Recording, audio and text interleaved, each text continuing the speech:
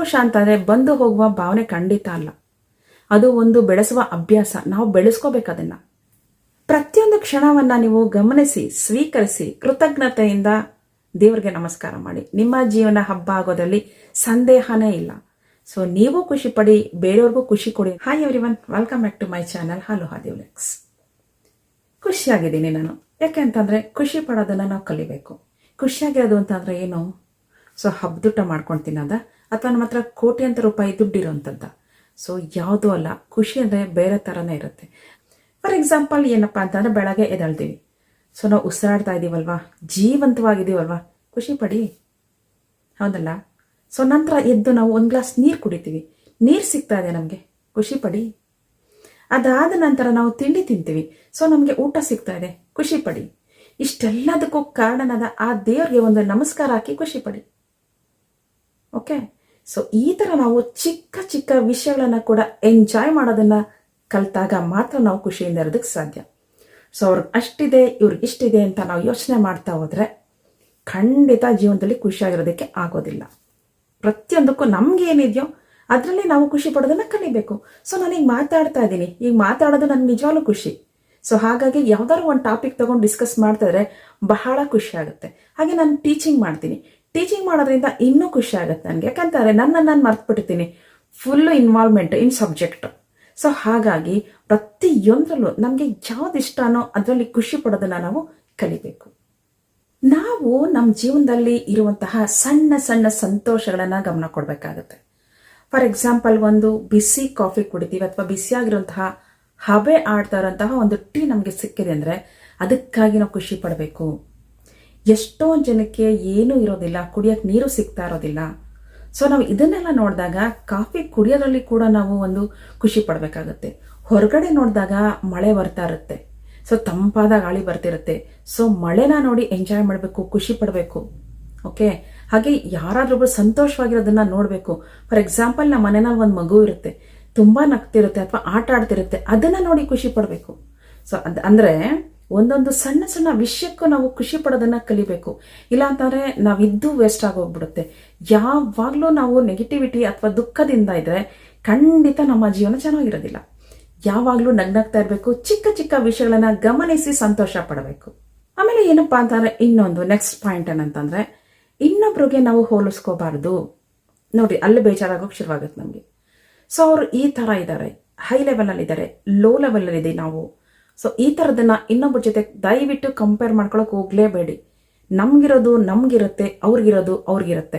ನಮಗೆ ಏನಂತೀವಿ ನಾವು, ಪಾಲಿಗೆ ಬಂದದ್ದು ಪಂಚಾಮೃತ ಅಂತ. ನಮಗೆ ಏನಿದೆಯೋ ಅದರಲ್ಲೇ ಖುಷಿ ಪಡಬೇಕು. ಸೊ ಈಗ ಮೊನ್ನೆ ವರಮಹಾಲಕ್ಷ್ಮಿ ಹಬ್ಬ ಆಯಿತು, ಹಾಗೇನೆ ನೆಕ್ಸ್ಟ್ ಗೌರಿ ಬರ್ತಾ ಇದೆ. ಸೊ ಅವ್ರು ಇಂಥ ಸೀರೆ ತೊಗೊಂಡ್ಬಿಟ್ರಂತೆ 15,000 ಅಂತೆ, 20,000 ಅಂತೆ.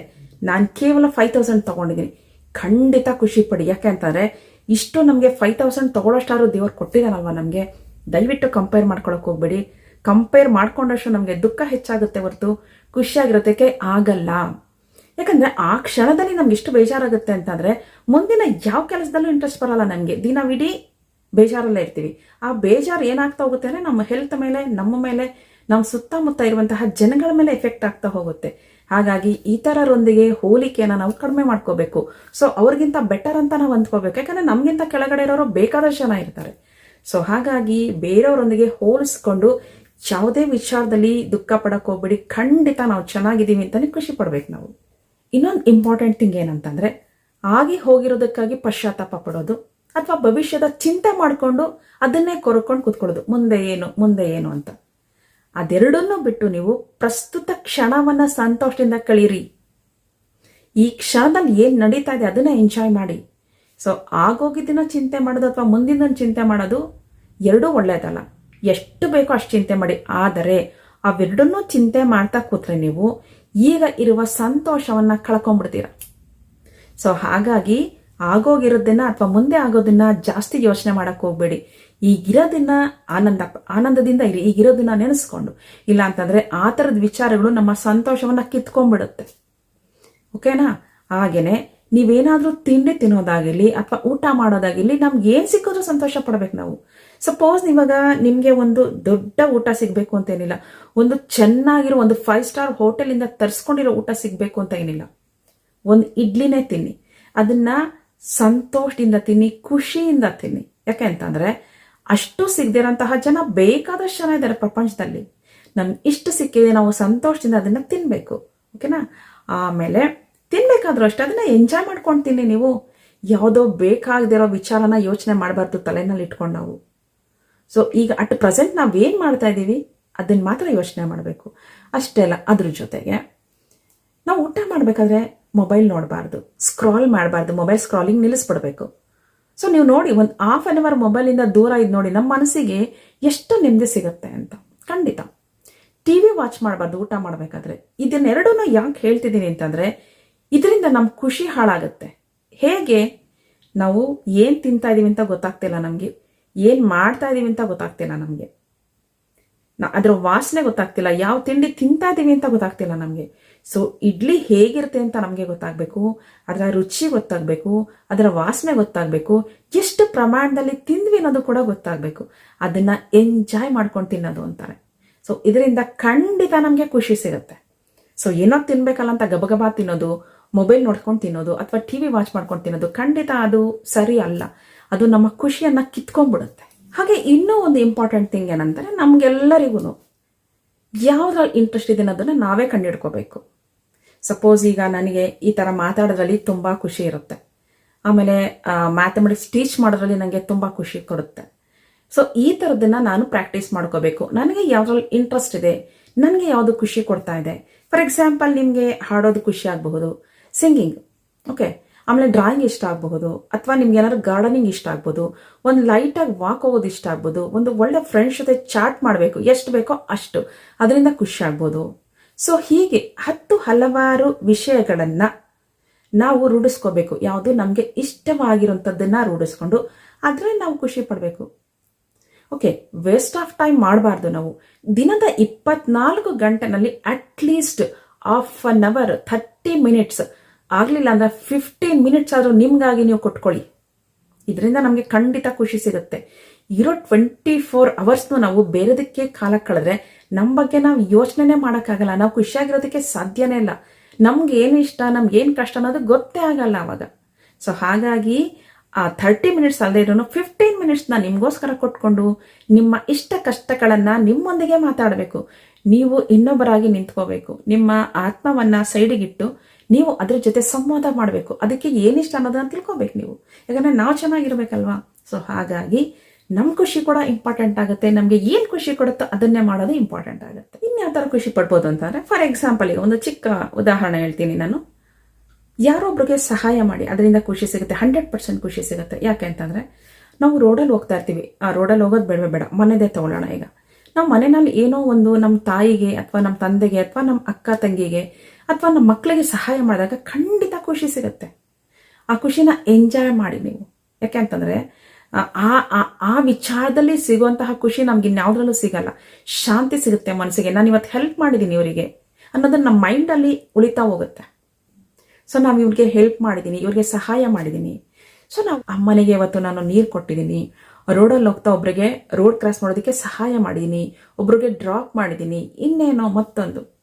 ಹೀಗೆ ನಾವು ಇನ್ನೊಬ್ರಿಗೆ ಸಹಾಯ ಮಾಡೋದ್ರಲ್ಲಿ ಕೂಡ ಸಂತೋಷ ಪಡಬೇಕಾಗತ್ತೆ. ಹಾಗೇನೆ ಒಳ್ಳೆಯ ಜನರ ಜೊತೆ ಇರಬೇಕಾಗತ್ತೆ. ನಮ್ಮ ಸಂತೋಷ ದುಪ್ಪಟ್ಟಾಗಬೇಕಂತಂದ್ರೆ ನಾವು ಒಳ್ಳೆ ಜನರ ಜೊತೆ ಇರಬೇಕಾಗತ್ತೆ. ನಮ್ಮ ಸುತ್ತಮುತ್ತಲಿನ ಜನರು ಒಳ್ಳೆಯವರಾಗಿರ್ಬೇಕಾಗತ್ತೆ. ಯಾಕೆ ಅಂತಂದ್ರೆ ಕೆಟ್ಟ ಸಹವಾಸ ಮಾಡಿದಾಗ ಕೆಟ್ಟ ವಿಚಾರಗಳು ಬರ್ತಾರೆ, ಅದರಿಂದ ಕೆಟ್ಟದಾಗ್ತಾ ಹೋಗುತ್ತೆ. ನಮ್ಮ ಮನಸ್ಸು ಕೂಡ ಒಂಥರ ಬೇರೆ ಥರ ಆಗೋಗುತ್ತೆ. ಒಳ್ಳೆಯವ್ರ ಜೊತೆ ಇದ್ದಾಗ ಒಳ್ಳೆ ಒಳ್ಳೆ ಆಲೋಚನೆಗಳು ಬರ್ತಾ ಇರುತ್ತೆ, ಒಳ್ಳೆ ಒಳ್ಳೆ ವಿಚಾರಗಳನ್ನ ಡಿಸ್ಕಸ್ ಮಾಡ್ತಿರ್ತೀವಿ. ಸೊ ಒಳ್ಳೆಯದು ನಮ್ಮ ಮೈಂಡ್ಗೆ ನಿಜವಾಗ್ಲೂ ಹೇಗೆ ಅಂತಂದರೆ ಒಂದು ಟಾನಿಕ್ ಇದ್ದಂಗೆ. ಒಳ್ಳೆ ವಿಚಾರಗಳು ನಮ್ಮ ಮೆದುಳಿಗೆ ಒಂದು ಟಾನಿಕ್. ಆಗ ನಮ್ಮ ಆರೋಗ್ಯ ಜೊತೆಗೆ ನಮ್ಮ ಖುಷಿ ಕೂಡ ಹೆಚ್ಚಾಗ್ತಾ ಹೋಗುತ್ತೆ. ಅಂದರೆ ನಮಗೆ ಒಳ್ಳೆಯ ಸ್ನೇಹಿತರಿರಬೇಕು, ಇನ್ನೊಬ್ಬರಿಗೆ ಸಹಾಯ ಮಾಡಬೇಕು ಅನ್ನೋದು ಖುಷಿಯ ವಿಚಾರ. ಓಕೆ, ಇನ್ನೊಂದು ಇಂಪಾರ್ಟೆಂಟ್ ಥಿಂಗ್ ಇಲ್ಲಿ ಏನಂತಂದರೆ, ನಿಮಗೆ ಯಾರು ಇಷ್ಟನೋ ಅವರಿಗೆ ನೀವು ನನಗೆ ತುಂಬ ಇಷ್ಟ ಅಂತ ಹೇಳಿ, ನೀವು ನನಗೆ ತುಂಬ ಮುಖ್ಯ ಅಂತ ಹೇಳಿ ಅವ್ರಿಗೆ ಎಷ್ಟು ಖುಷಿ ಆಗುತ್ತೆ ಅಂತಂದರೆ ಆ ಖುಷಿನ ನಾವು ಕೂಡ ಎಂಜಾಯ್ ಮಾಡ್ತೀವಿ. ಸೊ ಅಂದರೆ ನಮ್ಮ ಸಂಗಾತಿ ಆಗಬಹುದು ಅಥವಾ ನಮ್ಮ ಮಕ್ಕಳಾಗಬಹುದು, ಯಾರಾದರೂ ಆಗ್ಬೋದು, ನಮ್ಮ ತಂದೆ ತಾಯಿ ಆಗಬಹುದು, ಅವರಿಗೆ ನೀವು ಅಂದರೆ ನಮಗೆ ಇಷ್ಟ, ನನಗೆ ಇಷ್ಟ ಅಂತ ಹೇಳಿದಾಗ ಖಂಡಿತ ಆ ವಿಷಯ ನಮಗೂ ಖುಷಿ ಆಗುತ್ತೆ, ಅವ್ರಿಗೂ ಖುಷಿ ಆಗುತ್ತೆ. ಸೊ ನಿಮ್ಗೆ ಏನು ಇಷ್ಟ ಕಷ್ಟ ಅನ್ನೋದನ್ನು ಹಂಚ್ಕೋಬೇಕು ನೀವು. ಹಾಗೆ ನಿಮ್ಮ ಹವ್ಯಾಸಗಳನ್ನೆಲ್ಲ ಚೆಕ್ ಮಾಡಬೇಕು ಅನ್ಸುತ್ತೆ. ನನಗೆ ಯಾವುದ್ರಲ್ಲಿ ಇಂಟ್ರೆಸ್ಟ್ ಇದೆ, ಏನು ಮಾಡಬೇಕು ನಾನು. ಈಗ 1 ತಿಂಗಳಿದೆ ಅಂದವಾಗ ನೀವು 30 ದಿನಕ್ಕೆ ಒಂದು ಪ್ಲಾನ್ ಮಾಡ್ಕೊಳ್ಳಿ. ಈ ದಿನ ನಾನು ಈ ಥರ ಕೆಲಸ ಮಾಡಬೇಕು, ಆ ಥರ ಕೆಲಸ ಮಾಡಬೇಕು ಅಂತ. ಖಂಡಿತ ಅದನ್ನು ಎಕ್ಸಿಕ್ಯೂಟ್ ಮಾಡಿ, ಖುಷಿ ಆಗುತ್ತೆ. ಅದ್ರ ಜೊತೆಗೆ ನೀವು ಬೆಳಗ್ಗೆ ಎದ್ದಾಗ ದೇವರಿಗೆ ನಮಸ್ಕಾರ ಮಾಡಿರ್ತೀರಲ್ವ, ಸಂಜೆ ಮಲ್ಕೋಬೇಕಾದ್ರೆ ಕೂಡ ದೇವರಿಗೆ ನಮಸ್ಕಾರ ಮಾಡಿ ಇವತ್ತು ನಾನು ಏನೇನೆಲ್ಲ ಮಾಡಿದೆ ಅಂತ ಒಂದು ಡೈರಿನಲ್ಲಿ ಬರೀರಿ. ಗೊತ್ತಾಗುತ್ತೆ ನಿಮಗೆ ನೀವೇನು ಮಾಡಿದ್ದೀರಾ ಅಂತ. ಸೊ ಎಷ್ಟು ಖುಷಿ ಆಗುತ್ತೆ ಅಂತಂದರೆ, ನಾವು ಮಾಡಿರೋ ಒಳ್ಳೆ ಕೆಲಸಗಳನ್ನು ಅದರಲ್ಲಿ ಬರೆದು ನೋಡಿದಾಗ ಸೊ ನಾವು ಇಷ್ಟೆಲ್ಲ ಮಾಡಿದ್ವಿ ಅಂತ ನಮ್ಮನ್ನೇ ನಾವು ಕ್ವಶನ್ ಮಾಡ್ಕೊಳಂಗಾಗತ್ತೆ. ಹಾಗಾದರೆ ನಮ್ಮ ಜೀವನ ಚೆನ್ನಾಗಿದೆ ಅನ್ನೋದು ಅನಿಸುತ್ತೆ, ನಮಗೆ ಖುಷಿ ಆಗುತ್ತೆ. ಸೊ ಹಾಗಾಗಿ ಪ್ರತಿಯೊಂದನ್ನು ನಾವು ಏನು ಮಾಡ್ತೀವೋ ಅದನ್ನು ಎವ್ರಿ ಡೇ ಮಲ್ಕೊಳೋದಕ್ಕಿಂತ ಮುಂಚೆ ಒಂದ್ಸರಿ ನೀವು ಅದನ್ನು ಬರೆದು 3 ವಾಕ್ಯ ಆಗಿರಲಿ, ನಾನು ಇವತ್ತು ಏನು ಮಾಡಿದೆ, ಇದನ್ನು ಬರೆಯೋದ್ರಿಂದ ಕೂಡ ನಮಗೆ ತುಂಬ ಸಂತೋಷ ಅಥವಾ ಖುಷಿಯಾಗಿರ್ತೀವಿ ಅನ್ನೋದು ಇಂಪಾರ್ಟೆಂಟ್. ಪ್ರತಿಯೊಂದು ಕ್ಷಣವನ್ನು ನೀವು ಗಮನಿಸಿ, ಸ್ವೀಕರಿಸಿ, ಕೃತಜ್ಞತೆಯಿಂದ ದೇವರಿಗೆ ನಮಸ್ಕಾರ ಮಾಡಿ. ನಿಮ್ಮ ಜೀವನ ಹಬ್ಬ ಆಗೋದ್ರಲ್ಲಿ ಸಂದೇಹನೇ ಇಲ್ಲ. ಸೊ ನೀವು ಖುಷಿ ಪಡಿ, ಬೇರೆಯವ್ರಿಗೂ ಖುಷಿ ಕೊಡಿ. ಪ್ರತಿ ಕ್ಷಣವನ್ನು ಗಮನಿಸಿ, ಸ್ವೀಕರಿಸಿ, ಸಂತೋಷ ಕೊಡಿ ಬೇರೆಯವರಿಗೆ.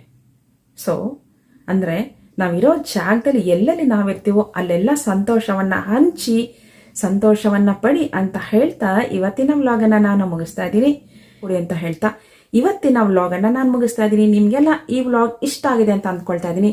ಇಷ್ಟ ಆಗಿದೆ ಒಂದು ಪ್ಲೀಸ್ ಲೈಕ್ ಮಾಡಿ, ಶೇರ್ ಮಾಡಿ, ಆಗಿ ಸಬ್ಸ್ಕ್ರೈಬ್ ಮಾಡಿ ಅಂತ ಹೇಳ್ತಾ ನಿಮಗೆಲ್ಲ ನಮಸ್ಕಾರ.